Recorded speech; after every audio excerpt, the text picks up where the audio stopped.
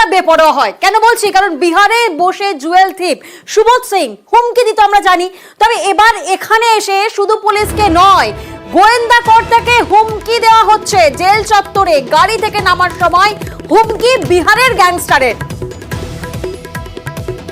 প্রতিনিধি দীপক এই মুহূর্তে আমাদের সঙ্গে রয়েছেন। দীপক, তোমার থেকে একবার জানার চেষ্টা করবো, এই যে জেল চত্বরে নেমে বিহারে জুয়েল থিপের এইভাবে যে গাড়ি থেকে নামার সময় হুমকি, তারপর ঠিক কি কি পদক্ষেপ নেওয়া হচ্ছে সিআইডির তরফ থেকে?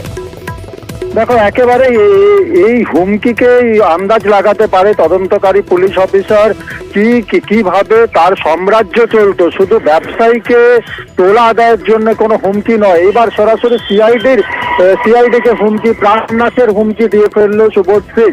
সুবোধ সিং একদিন জেল কাস্টাডিতে থাকার পর আজকে পুনরায় তাকে আসানসোল আদালতে তোলা হয় এবং আদালতে তাকে দুদিনের জেল হেফাজতের নির্দেশ দেয়।